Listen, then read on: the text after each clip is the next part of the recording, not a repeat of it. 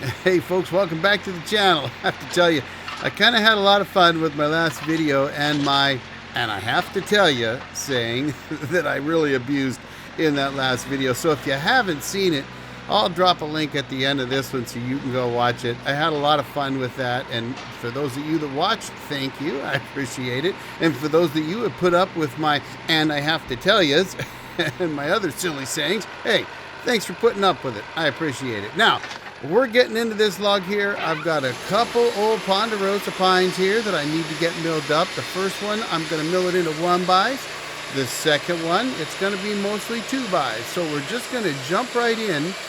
And after making a bunch of sawdust, I'll come back, talk about that one, and let you know what's going on in the old jarhead's world. All right, let's get some sawdust made.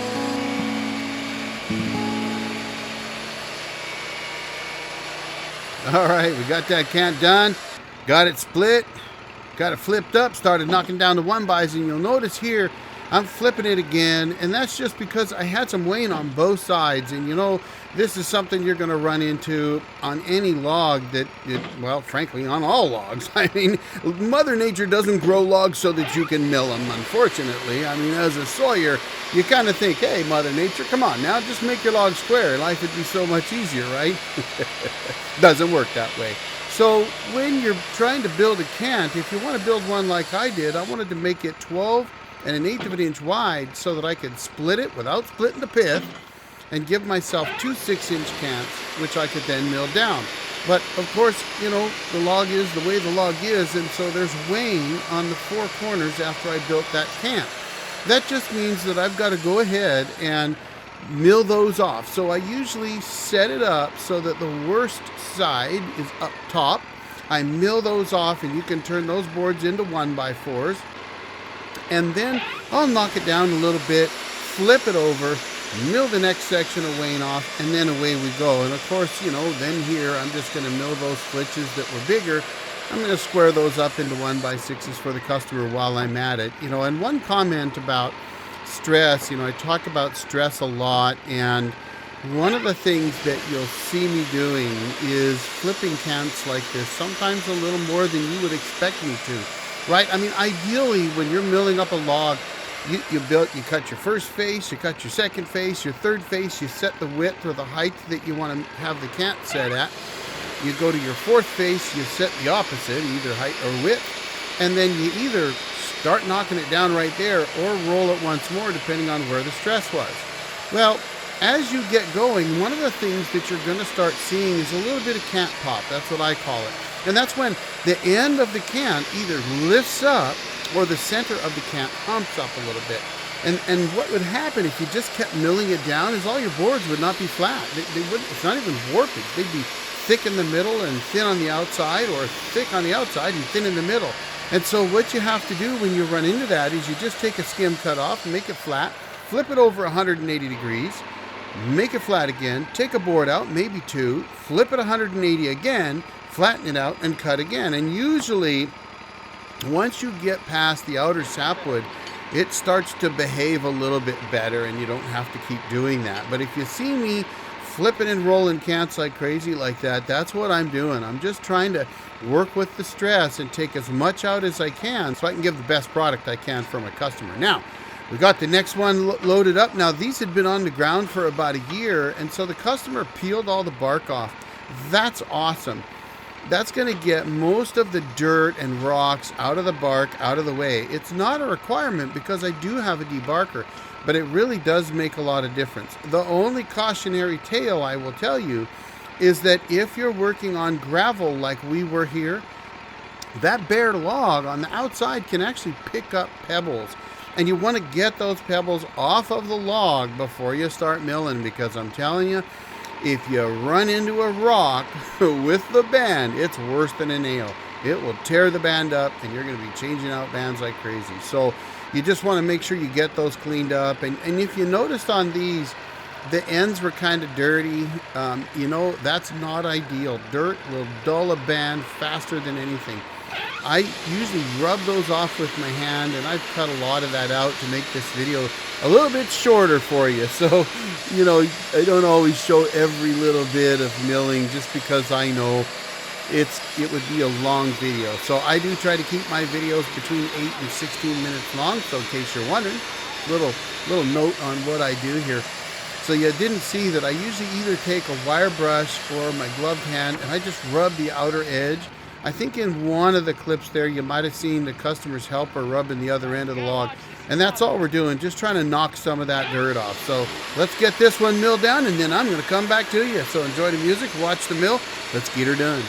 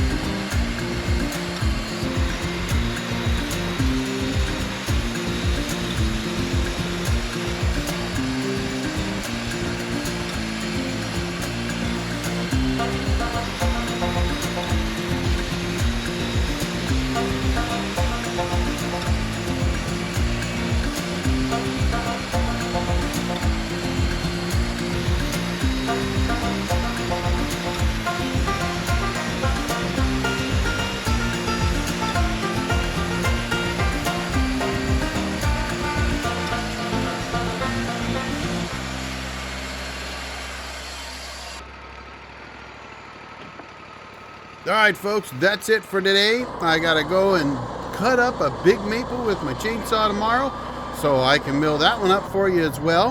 I got lots more video content coming out here in the next while. At least one a week is my plan, so stick around, see those. And I'll keep some shorts going out so that you can kind of see some of the highlights of all these videos and more coming. Thanks for watching, folks. Y'all have a great day. And by the way, for all the veterans out there, thank you for your service. I really appreciate you. Y'all have a great weekend. The old Jarhead out.